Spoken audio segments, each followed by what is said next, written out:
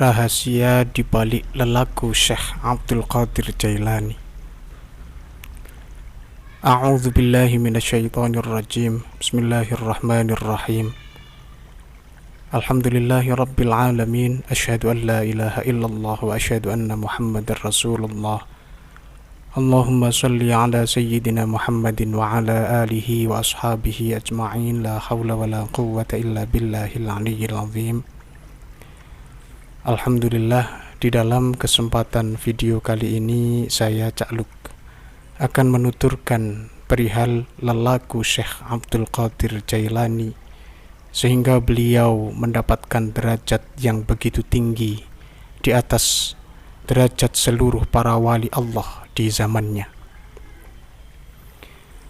Seperti biasa, dulur-dulur semua jangan lupa untuk terus dukung channel Cak Luk Ngaji Kitab Kuning ini dengan klik like, subscribe, dan share video kami kepada saudara-saudara yang lain. Semoga semakin bertambah kemanfaatan bagi kita semua. Amin.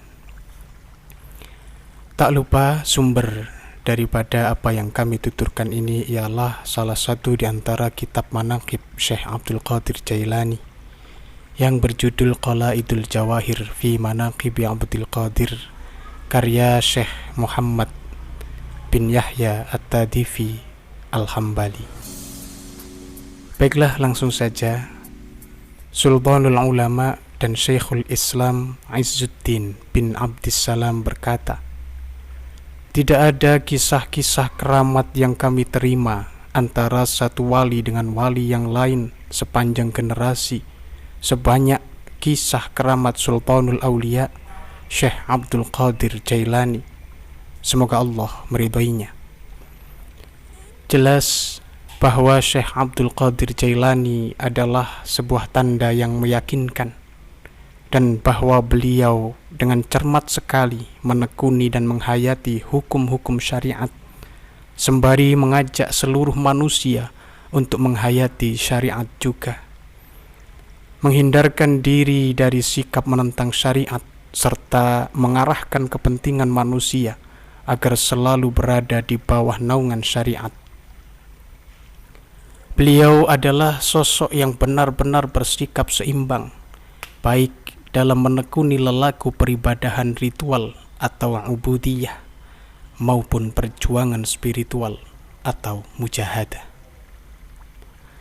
Lelaku beliau Syekh Abdul Qadir Jailani yang sungguh sangat luar biasa adalah bahwa beliau sanggup mengatur kombinasi antara semua itu dengan keterlibatan laku yang aktif, seperti misalnya beliau tetap memperhatikan urusan istri-istri dan anak-anaknya, yang biasanya urusan seperti itu cenderung mengalihkan perhatian seseorang dari peribadahan kepada Allah yang total.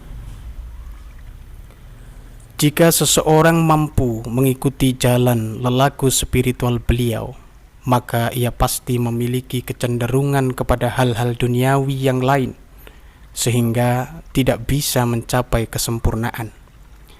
Dan lelaku Syekh Abdul Qadir Jailani ini sungguh sangatlah istimewa, sebab lelaku yang dilakoni oleh beliau itu memang merefleksikan karakter sang Nabi Muhammad sallallahu alaihi wasallam, sang empu syariat atau sahibus syariah.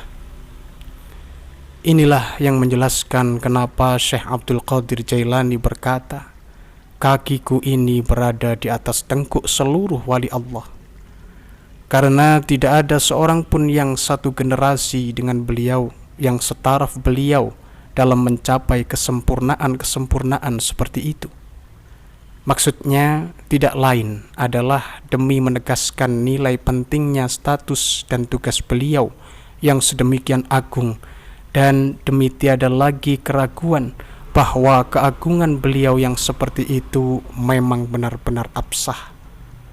Allah Subhanahu wa ta'ala menunjukkan siapapun yang Dia kehendaki menuju jalan yang lurus. Ada sejumlah orang yang mencoba berargumentasi. Dalam konteks ini, penggunaan kata kaki atau qadam bersifat kiasan, atau perlambang atau metaforis atau bisa disebut majazi, maka hendaknya tidak dipahami secara harfiah atau secara hakiki. Oleh karena rasa metaforis seperti ini dimaksudkan tidak lain adalah adab yang baik, sehingga penerapannya yang bersifat umum menjadi mungkin. Kata kaki atau qadam seringkali digunakan sebagai sinonim dari kata jalan atau thariqah, seperti dalam lafaz kadza wa kadza ala qadamin hamidin, begini dan begini berada di atas kaki yang baik. Kalimat tersebut mengandung arti jalan yang terpuji atau thariqah hamidah, atau suatu penampilan yang baik, menyangkut laku ubudiyah atau suatu model perilaku yang sangat baik, dan seterusnya. Dalam kasus pernyataan Syekh Abdul Qadir Jailani, hal itu mengandung arti bahwa jalan spiritual yang beliau tempuh, kedekatan atau muqarabah beliau kepada Allah, dan penyingkapan atau mukasyafah beliau terhadap rahasia-rahasia keagungan Allah berada pada tingkatan paling tinggi di atas muqarabah dan mukasyafah seluruh para wali Allah di masanya, dan bahwa apa yang beliau capai telah sampai pada puncak perkembangan spiritual tertinggi.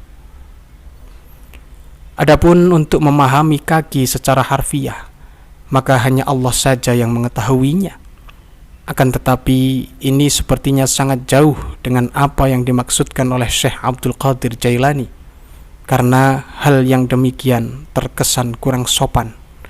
Pemahaman harfiah seperti itu menjadi hal yang tidak pantas dalam ukuran tertentu, termasuk di dalam adab tradisional yang sangat diutamakan di dalam ranah jalan spiritual atau thariqah, sebagaimana dicirikan oleh Syekh Abdul Qasim Al-Junaidi dan juga sufi-sufi yang lainnya. Semoga Allah merahmati mereka semua. Sebagai misal, suatu hal penting yang tetap harus dijaga di kalangan arif atau orang yang telah ma'rifat, di kalangan wali pemegang keutamaan, adalah bahwa cara mereka berbicara sangatlah mengesankan dan tidak mengandung ambiguitas. Oleh karena itu, yang paling tepat adalah pemahaman secara metaforis sebagaimana telah dijelaskan di awal tadi. Menurut beberapa riwayat, yang dikatakan oleh Syekh Abdul Qadir Jailani adalah dahiku atau qadimi, dan bukan kakiku atau qadami. Adanya perbedaan komentar seperti ini serta beberapa pemahaman lainnya yang mungkin muncul kemudian, maka kita hanya bisa mengatakan Allahu a'lam bissawab. Hanya Allah yang maha mengetahui yang benar. Kita memang bisa berdiskusi terkait hal-hal yang tampak secara lahir saja. Akan tetapi, jika itu sudah menyangkut rahasia yang tersembunyi, maka pengetahuan Allah melebihi apapun yang kita ketahui. Semoga Allah merahmati dan menyucikan batinnya Syekh Abdul Qadir Jailani. Alhamdulillah. Wassalamualaikum warahmatullahi wabarakatuh. Allahumma salli ala Sayyidina Muhammad.